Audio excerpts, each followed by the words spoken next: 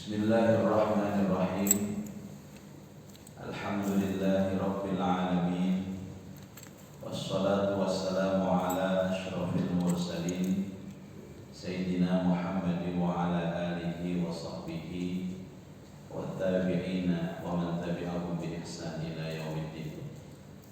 Asyhadu an la ilaha illallah wa asyhadu anna Muhammadar Rasulullah. Allahumma salli ala Sayyidina Muhammad wa ala alihi wa sahbihi ajma'in. Subhanaka la ilma lana illa ma 'allamtana innaka antal alimul hakim. Wa tub 'alaina innaka antat tawwabur rahim. Warhamna bi rahmatika ya arhamar rahimin. Amma ba'du. Ma'asyiral muslimin wal muslimat, hadirin wal hadirat, Bapak Ibu jamaah salat subuh Masjid Baiti Jannati rahimana wa rahimakumullah. Alhamdulillah wa syukurillah, senantiasa kita haturkan rasa syukur secara mendalam kepada Allah yang telah memberikan nikmat kepada kita semua yang mungkin tidak bisa kita hitung, utamanya nikmat iman, nikmat kesehatan, dan kesempatan hari ini kita bisa berkumpul di masjid yang mulia ini untuk bersama-sama mengaji tentang sirah nabawi. Mudah-mudahan semuanya mendapat berkah, mendapat ridha, dimudahkan semua urusannya. Al-Fatihah.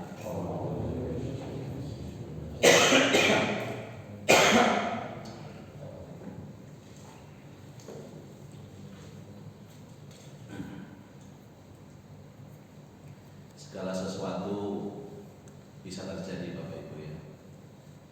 Jadi kemarin setelah asar itu saya ditelepon oleh jamaah kami minta supaya dinikahkan karena orang tuanya itu kena serangan jantung.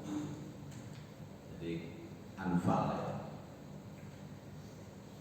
Mestinya pernikahannya itu Desember besok, karena orang tuanya ini kena serangan jantung dan merasa hidupnya itu nggak lama. Saya minta Pak Ustadz untuk menikahkan sekarang juga. Nah untungnya nih Pak, sing bepeto di Londo, jadi tidak banyak persoalan kalau menikah dengan janda damat gitu. Karena tidak usah wali gitu. Walinya ya wali saya. Jadi janda itu bisa menikahkan dirinya sendiri. Sehingga jandanya menyerahkan kepada saya, bukan menyerahkan untuk saya nikahi, menyerahkan kepada saya sebagai walinya. Saya masih muda, janda muda. Akhirnya saya nikahkan di UGD Rumah Sakit Siloam Surabaya. Menjelang dia masuk ke ruang operasi itu nikah di atas bapaknya yang, tapi yang masih bisa katanya mandor bisa. Jadi langsung datang, saya verifikasi saksinya siapa, ini siapa sudah langsung saya nikah. Ini pernah terjadi juga di kampung kita dulu, tahun berapa saya lupa, di Palem yang sebelah sana itu, ibu siapa lupa, orangnya sudah pindah kayaknya. Awal-awal saya tinggal di sini juga menikahkan di rumah sakit BDH karena ibunya sudah nazar dan minta supaya anaknya segera dinikahkan. Persoalannya yang perempuan ini masih punya orang tua, walinya ada, dan saya mengikuti mazhab Syafi'i, bagaimanapun harus walinya yang menikahkan, sehingga saya telepon via vid call. Jadi ini bercerai, yang bapaknya ini pindah ke Kalimantan. Tapi alhamdulillah bapaknya mau menerima telepon itu dan saya sampaikan lewat video call, ini Pak, ini anak bapak mau menikah karena atas permintaan ibu yang sekarang sekarat nazar di rumah sakit BDH Surabaya. Apa Bapak ridho? Oh ya, enggak apa-apa. Pak Ustadz, saya ridho. Baik, Bapak tirukan saya ajak syahadat istighfar. Terus saya bimbing untuk menyerahkan perwalian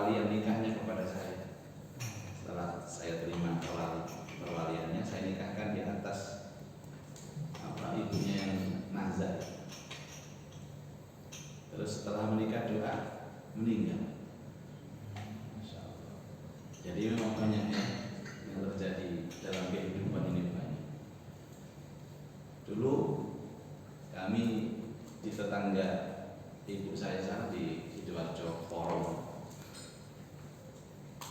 Jadi ada seorang suami istri, seorang yang mau menikah. Kita ini dari pihak istri, Pak. Yang laki-laki di Pasuruan.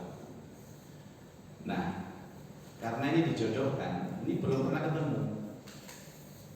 Ketemunya via telepon, via foto.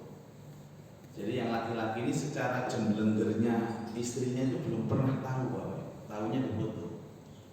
Kan ada foto itu lebih cantik dari aslinya, kan rata-rata. Apalagi ada HP yang terbaru itu, Pak. Yang terbaru itu Masya Allah disebut HP fitnah itu. Kalau dipotret sama itu, ibu-ibu itu lebih muda 20 tahun. Yang punya cucu itu seperti masih kuliah gitu. Terus dijadikan status, dijadikan profil.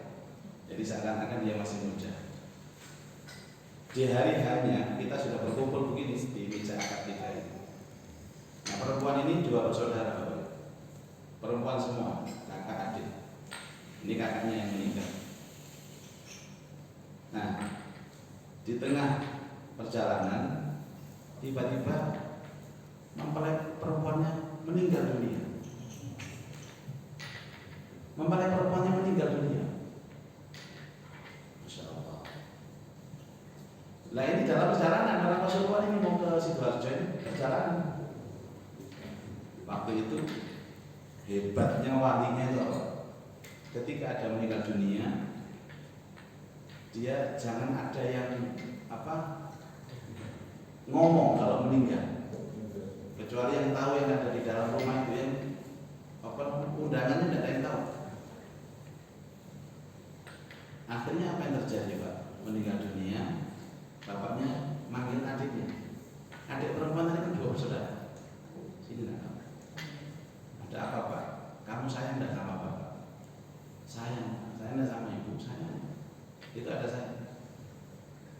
Kalau sayang, gantikan kakakmu sekarang juga. Gantikan kakakmu sekarang juga. Gantikan apa, Pak? Ya kan radio. Mbakmu mati, ganti nono. Aku punya pacar, Kak. Setelah kamu cinta pacarmu, cinta bapak ibumu. Angel. Akhirnya dia memilih bapak ibunya. Dia sudah, saya hanya minta ditanya bapak sama ibu. Saya tak telepon pacar saya dulu, tak putus sekarang. Langsung ditelepon, Mas. Hari ini kita end. Sekarang begitu. Langsung dipacari di situ, di jenazah. Jadi masih ada jenazah. Jadi yang keluarga Pasuruan ini datang nggak tahu kalau itu calonnya meninggal. Tapi wajahnya nggak terlalu berbeda antara kakak sama adik. Rotok Badi, Pak. Badi 3 tahun, adik itu lebih 6 tahun. Kan lumayan Badi 3 tahun. Badi. Baru setelah di situ naibnya, pengurusnya juga diberitahu nanti tinggal ganti berkas data tapi dinikahkan di situ. Jadi berangkat mau nikah dengan kakaknya, di majelis pernikahan nikah dengan adiknya. Qadarullah, inilah peristiwa hidup. Semuanya bisa terjadi. Nah, bagi orang yang beriman ya aman-aman saja, Bapak Ibu sekalian. Pernah juga saya diundang khotbah nikah di Robot Asri, dekat tetangganya Pak Nuh. Jadi saya biasanya diverifikasi, Pak, ini mempelai prianya mana, walinya mana, saksinya mana, mempelai perempuannya mana. Kan ada mempelai perempuan itu yang dikeluarkan sejak awal di meja akad, ada yang disembunyikan di kamar. Ternyata tempat duduknya ada, tapi mempelainya nggak ada. Saya pikir disembunyikan di kamar, nanti baru setelah selesai ijab kabul dikeluarkan. Mana mempelai wanitanya? Ada, Pak, itu duduk di situ. Hah? Loh, saya tidak melihat, Pak, ini kan kursi kosong, Pak. Loh, ada di situ. Masa Pak Anda lihat? Itu. Loh, Pak kamu sama korok guru-guru. Maksudnya apa Pak? Ini kan nggak bisa kalau nggak ada mempelainya. Syarat pernikahan itu Pak, mempelai harus komplit. Laki-laki perempuan ada wali, ada saksi, ada mahar. Ini saya tanya mempelai perempuannya mana? Itu loh Pak. Dia menikah dengan jin. Langsung saya minta pamit Pak. Mohon maaf saya pamit dulu, saya tidak ikut-ikuti. Ini enggak pakai pemuluh ini. Cuma saya disuruh ceramah jin. Katanya dia cucunya Nyai Loro gitu. Lo tambah pamitan aku.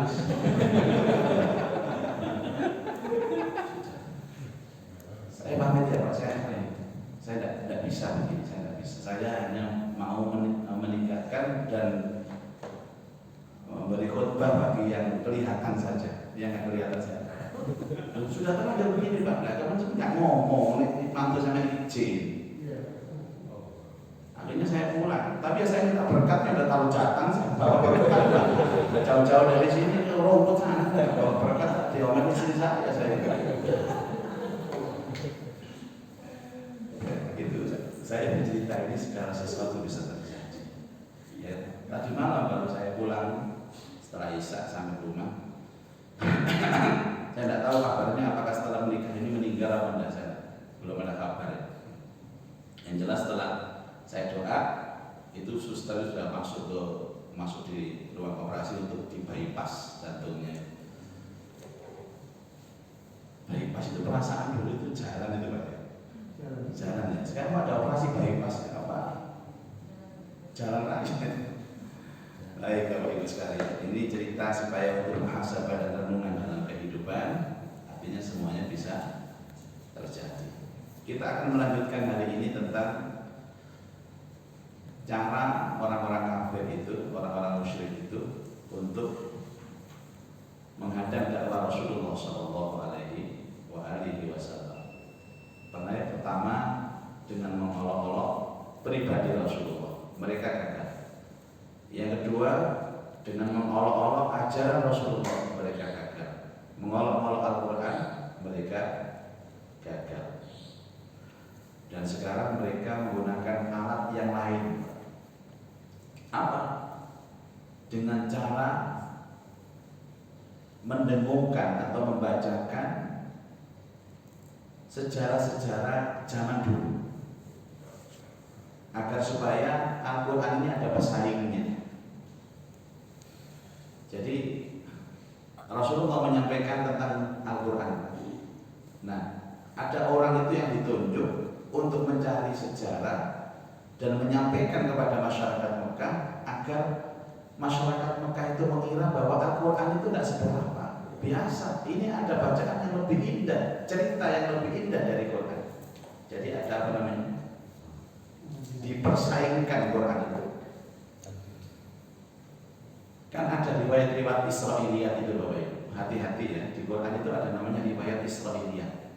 Riwayat Israiliyat itu adalah cerita-cerita Bani Israil masa lalu yang disampaikan orang-orang musyrik untuk menandingi Al-Quran. Nah, cerita Israiliyat ini itu ditulis Pak sekarang. Ditulis.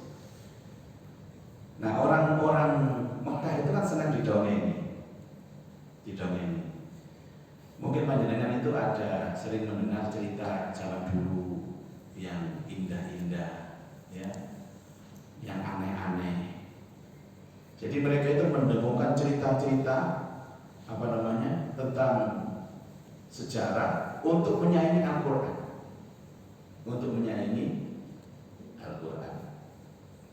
Kan Quran ini kan separuhnya itu cerita Bapak Ibu.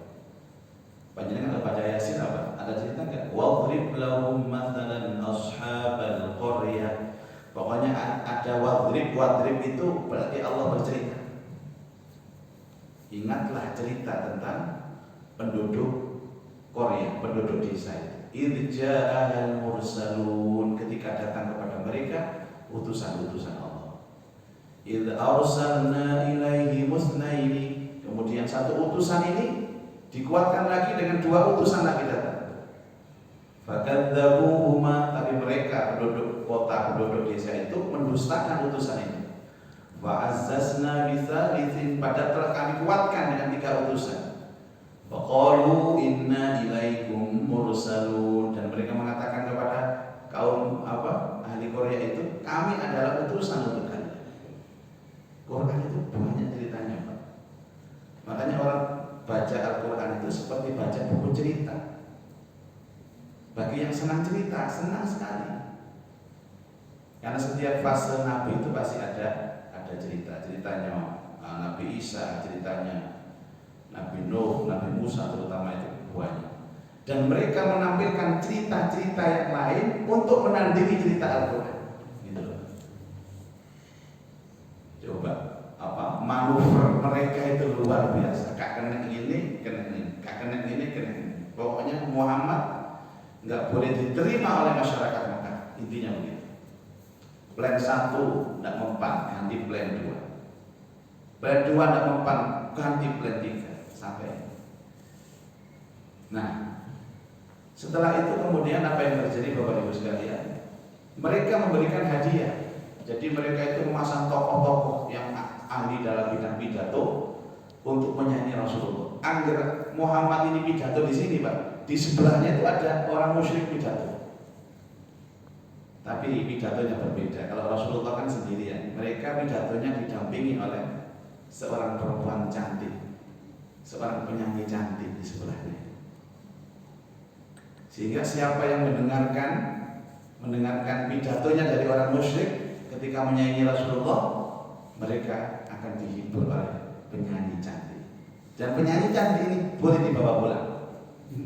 Nah ini kalau saya tanya jamaah baik di nanti kalau ada pilihan kira-kira hidup di zaman dulu milih mana? Rasulullah menceritakan tentang Quran, tidak ada ibu-ibunya perempuan cantik, sementara satunya ada perempuan cantiknya. Apa yang terjadi Bapak Ibu? Kira-kira banyak mana yang mendengarkan? Tetap banyak Rasulullah Shallallahu Alaihi Wasallam. Karena waktu itu mereka haus dengan cahaya hidayah. Jadi sebenarnya mereka itu dengan ajaran mereka itu Bapak Ibu itu ragu-ragu. Masa kita itu harus menyembah berhala yang tidak ada manfaatnya, tidak ada mudaratnya. Dan ketika mereka kedatangan Rasulullah, mereka mulai ternyata ini yang benar ajaran itu. Jadi walaupun diiming-imingi perempuan yang cantik, siapa yang mau mendengarkan sini? Nanti perempuannya boleh diajak pulang. Bukan untuk apa Pak? Diajak pulang itu menghibur atau menyanyi di rumahnya. Nah, masa nak ngomong itu menyanyi dok. Ini cara yang ketiga. Jadi mereka mengungkapkan cerita-cerita masa lalu sampai akhirnya Allah Ta'ala menurunkan ayat wa minan nasi may yashri lahwal hadithi liyudilla an sabilillahi bighairi ilmin wa yattakhidhaha huzwa. Dan di antara manusia ada orang yang mengambil perkataan yang tidak berguna untuk menyesatkan manusia dari jalan Allah tanpa dengan ilmu pengetahuan. Ini manuver mereka yang ketiga. Bapak Ibu sekalian, salah satu rahasia Al-Quran ini kan satu Pak, Al-Quran itu tidak membosankan. Jadi Al-Quran itu dibikin oleh Allah itu walaupun dibaca berkali-kali bukan bosan. Kalimatnya tidak akan membosankan. Walaupun setelah baca Bapak Ibu selesai, diulang lagi, dibaca lagi, selesai, diulang lagi, tidak akan terasa bosan. Jadi Allah menghindarkan siapapun yang membaca Al-Quran itu dari sifat-sifat malal namanya. Malal itu bosan. Padahal semua jenis apapun Bapak Ibu yang ada dalam kehidupan ini pasti membosankan. Apalagi dibaca secara terus menerus. Saya sering kalau ada pengajian Bapak sama Ibu, saya tanya, Pak, Bapak jujur, Bapak sekarang ini bosan gak sama istrinya? Berhubung di depannya ada istrinya Pak, enggak, saya enggak bosan Pak Ustaz. Saya enggak bosan. Itu bohong. Saya katakan, satu-satunya yang diturunkan oleh Allah di muka bumi ini yang tidak membosankan itu hanya Quran. Yang lain pasti bosan, kecuali divariasi. Contoh, panjenengan dikasih rawon setiap pagi misalkan, makan rawon, nggak usah nunggu 1 bulan, 2 minggu yang benar. Iso mokek-mokek makan ya, makan rawon bosan. Semuanya, walaupun rawonnya itu enak, kan banyak sekarang rawon itu, rawon setan, terakhir rawon iblis, rawon demit, atau apapun lah, makanan apapun, onde-onde. Saya ini kan menyenangi pia, makanan pia itu, pia. Nah kebetulan saya punya jamaah itu punya pabrik pia. Karena waktu pengajian di rumahnya disuguhi pia, makan, Pak, pianya kok enak sekali Pak. Waktunya tiap bulan dikirim pia, Pak. 5 kotak. Jadi saya pernah sebulan itu makan pia terus tiap hari. Terus dikirimi lagi dari bujuk, anak pia mana? Wis pangan. Pangan belum gerak kayak gini. Coba. Jadi satu-satunya yang diturunkan oleh Allah yang tidak membosankan itu hanya Quran. Yang lain membosankan. Adapun ketika bapak tadi ditanya, Pak, bosan nggak sama istrinya? Dia bilang enggak. Ada 2 kemungkinan. Ya karena dia takut sama istrinya. Enggak mulai dari pengajian, kok dia sih ngomong bosan waktu itu. Angin. Itu. Atau Bapak Ibu, ya karena ingin menyenangkan hati istrinya. Biasanya kalau ibu-ibu itu kan suka tidak percaya diri Bapak Ibu, kalau sudah sepuh, apalagi sudah menopause, sudah usia-usia begitu, itu selalu ngomong sama suaminya, Pak, Bapak gimana? Bapak masih percaya nggak sama Ibu? Atau sudah bosan? Ibu, Bapak akan pernah bosan sama Ibu. Bapak itu tambah tua, tambah sayang sama Ibu. Ya, Ibu tenang saja. Bener tak Pak? Serius Pak? Iya serius. Istrinya masuk kamar, Bapak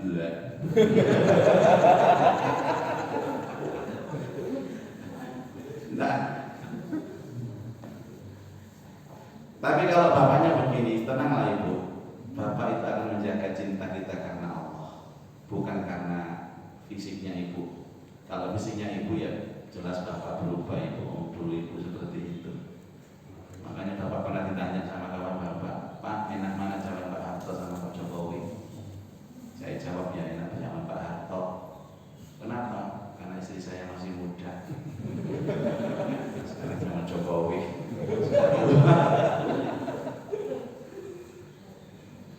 Makanya orang itu kalau bersama Al-Quran, hidupnya tidak akan merasa bosan. Tidak akan merasa bosan. Jadi obat Quran itu kan begini ya Pak ya. Wa nunazzilu minal Qur'ani ma huwa syifaa'un wa rahmatun lil mu'minin. Dan kami turunkan Al-Quran itu sebagai syifa, obat untuk orang mukmin, obat dari penyakit fisik, obat dari penyakit psikis, obat dari penyakit bosan. Makanya kalau bosan-bosan itu jadikan Al-Quran sebagai apa? Penawarnya, sebagai terapinya. Dilirik, dibaca, hati kita akan merasa tercerahkan ya, tidak bosan. Bapak Ibu sekalian, seperti pengajian ini pasti ada rasa bosan. Makanya tema ini harus bervariasi, tidak boleh monoton. Kalau monoton itu pasti bosan Bapak Ibu. Ya mungkin saja sampai bosan sama saya, atau saya bosan sama sampai waduh. Tapi karena hatinya lillahi ta'ala, ya niatnya untuk mengaji Al-Quran, maka rasa bosan itu dihilangkan oleh Allah. Nah, ternyata cara ini gagal Bapak Ibu. Cara yang ketiga ini gagal. Sehingga tinggal satu cara lagi. Apa? mengadakan perjanjian, kesepakatan. Tokoh-tokoh sentral musyrik mendatangi Nabi Muhammad. Muhammad, wis gini saja Muhammad. Salah satunya itu Walid bin Mughirah. Walid bin Mughirah itu tokoh yang punya logika sehat, Pak. Beda dengan Abu Lahab sama Abu Jahal. Abu Lahab sama Abu Jahal itu kalau sudah benci sama Nabi gak serantan, Pak. Bawaannya pengen bunuh aja, pengen menyakiti saja. Tapi kalau Walid bin Mughirah itu masih ada bijaksana. Siapa Walid bin Mughirah? Bapaknya Khalid ibnu Walid. Jadi Khalid ibnu Walid, Walid ibnu Mughirah. Khalid bin Walid bin Mughirah. Dia ini cerdas. Walaupun dia benci kepada Nabi, tapi kebenciannya tidak frontal.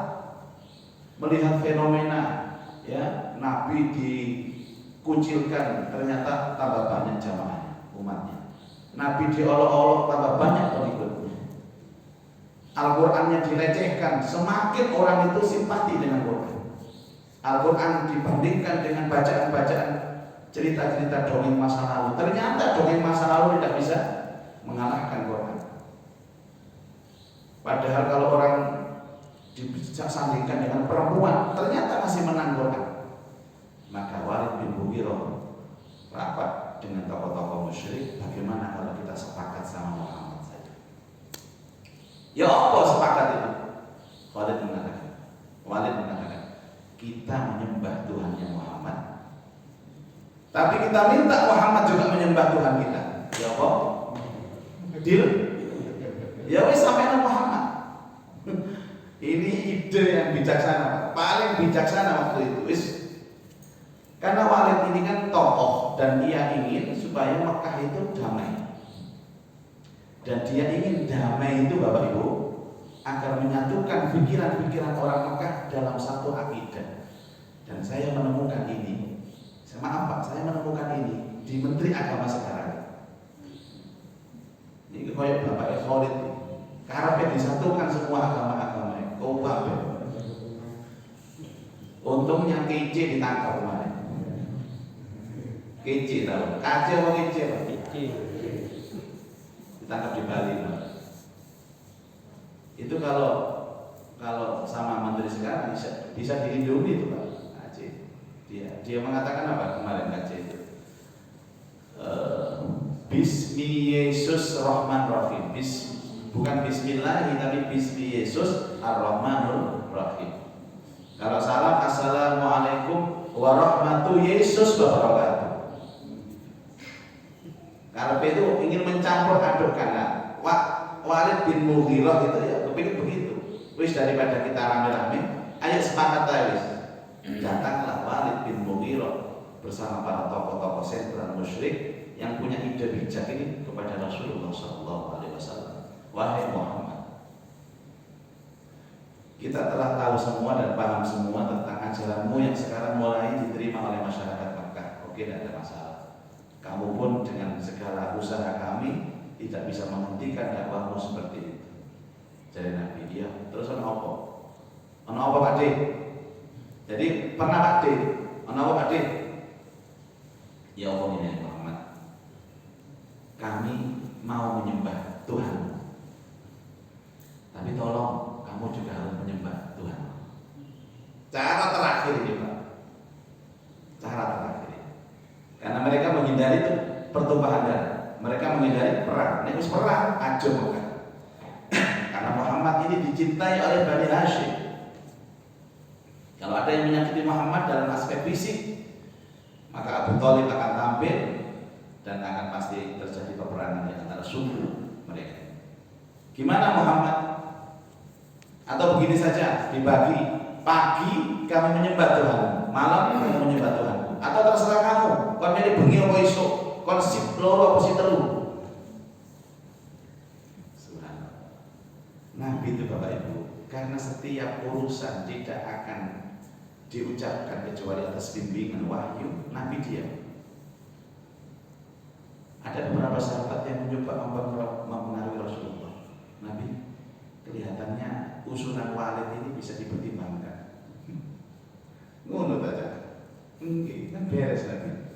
Jadi kalau pagi mereka menyembah Tuhan kita, malamnya kita menyembah Tuhan mereka. Di saat pergolakan perasaan Nabi itu turun satu surat lengkap Bapak Ibu, disebut surat Al-Kafirun, dan Nabi membacakan di depan Walid bin Mughirah dengan jelas dan lantang, "Qul ya ayyuhal kafirun." Hei kafir, langsung Bapak Ibu. La a'budu ma ta'budun. Aku tidak akan menyembah apa yang kamu sembah. Wala antum 'abiduna ma a'bud, dan kamu pun tidak akan menyembah apa yang aku sembah. Diulang lagi, wala ana 'abidun ma 'abadtum, dan aku pun tidak akan menyembah apa yang kamu sembah. Wala antum 'abiduna ma a'bud, dan kamu pun tidak akan menyembah yang aku sembah. Terakhir, lakum dinukum waliyatin, bagimu agamamu, bagiku agamaku. Nyingkir yo. Mulia, mantap, Walid mantap, subhanallah. Ya ini yang bikin orang sering ngaji tapi bulat ya, kuliah ayat kafir. Makanya cuma ngimami, ojo nyacak nggak bisa surat al-kafir, tidak bulat. La ta'budu ma ta'budun wala antum abiduna ma a'bud wala ana abidun abadtum wala ana abidun ma a'bud wala antum abiduna ma abadtum.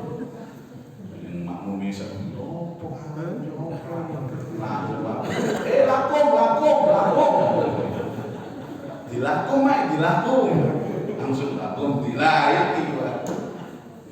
Jadi turunnya surat Al-Kafirun itu asbabun nuzulnya adalah ketika Walid bin Mughirah dan kawan-kawan mencoba untuk melobi Rasulullah agar Rasulullah mau menyembah berhala dan mereka menyembah Allah, dinegosiasi. Jadi agama negosiasi.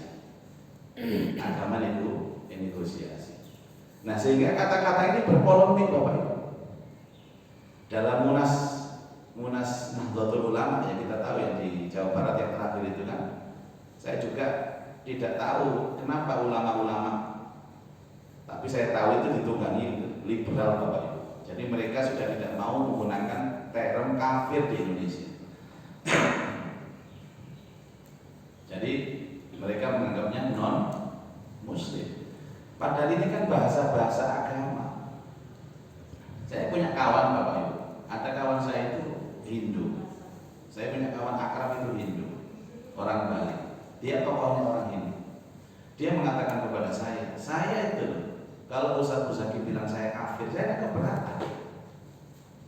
Ya karena saya itu kan begini, Muslim kebalikannya kafir.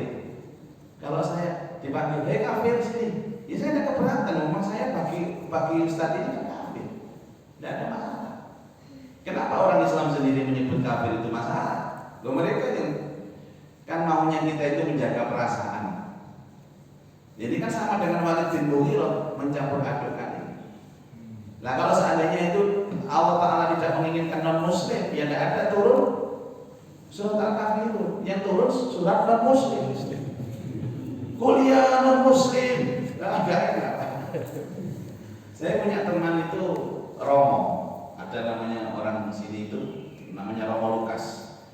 Dia ulamanya ya, gereja mana dekat Jalan Diponegoro itu. Itu sering saya komunikasi dengan beliau, diskusi tentang agama. Loh, kita berdiskusi sama tokoh-tokoh mereka, dan mereka ketika melihat kuliah ayat kafir tidak ada masalah, tidak tersinggung. Memang saya kafir bagi kamu, tidak ada masalah. Oh, sebutan sama kayak ibu sama bapak ya, istri sama suami. Wahai istri kan gitu Pak. Wahai istri, karena memang kebalikannya suami. Masa wahai non suami, kan gak enak kalau ada non suami. Dan Al-Kafirun ini menjadi surat yang pertama turun tentang apa?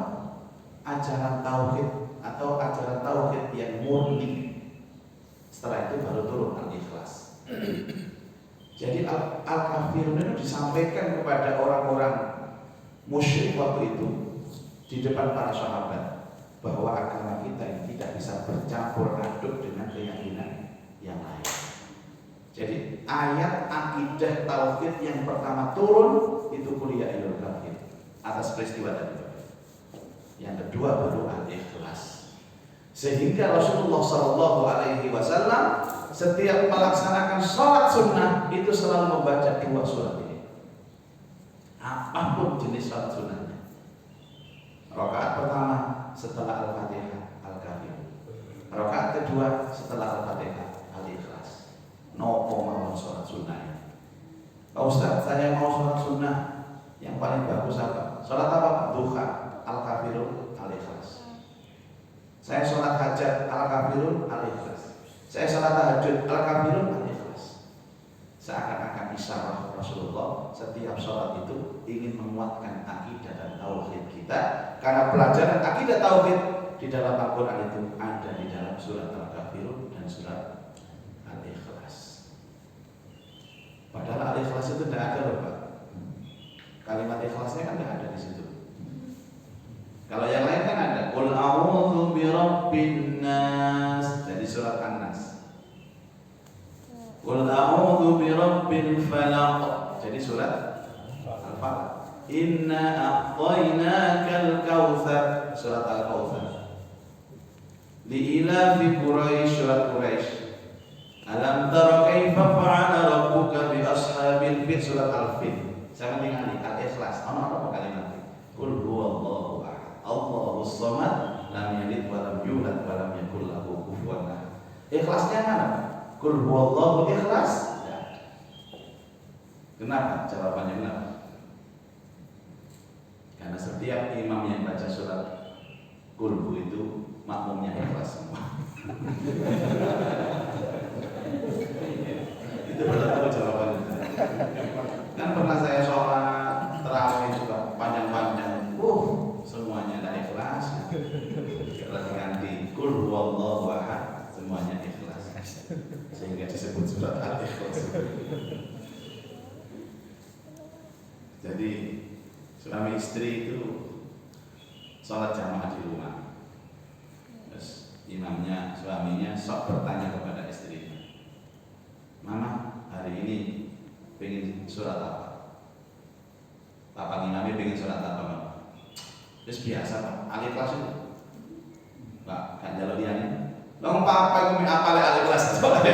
Jalur dia nih. Apa-apa, dapuranmu papa, nawar-nawarin nama jalur surat dia nih. Apalagi Al-Ikhlas itu. Dan disinilah Bapak Ibu, puncak dari manuver orang-orang kafir menghadang dakwah Rasulullah, dan semuanya gagal.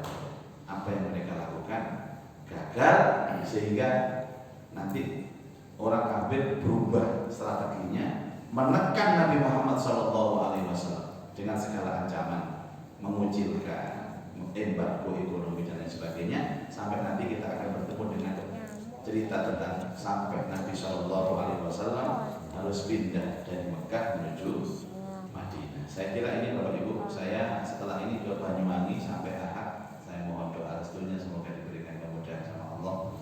Ya, perjalanan karena tidak ada pesawat jadi harus darat ya Bapak Ibu.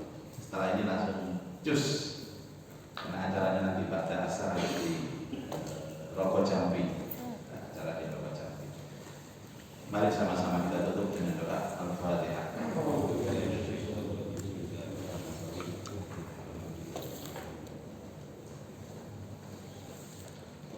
A'udzu billahi minasyaitonir rajim. Bismillahirrahmanirrahim. Alhamdulillahirabbil alamin. Allahumma shalli ala sayyidina Muhammad wa alihi wa sahbihi ajma'in. Allahumma anfa'na bima 'allamtana wa 'allimna ma yanfa'una wa zidna ilman nafi'a.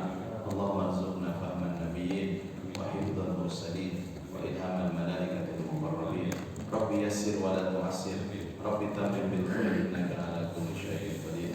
Rabbana atina fid dunya hasanah wa fil akhirati hasanah wa qina adzaban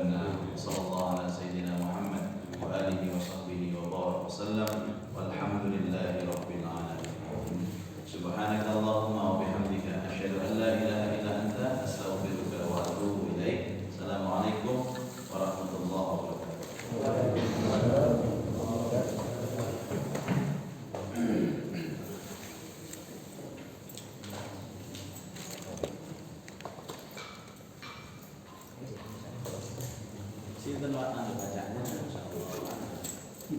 Mas, bagaimana?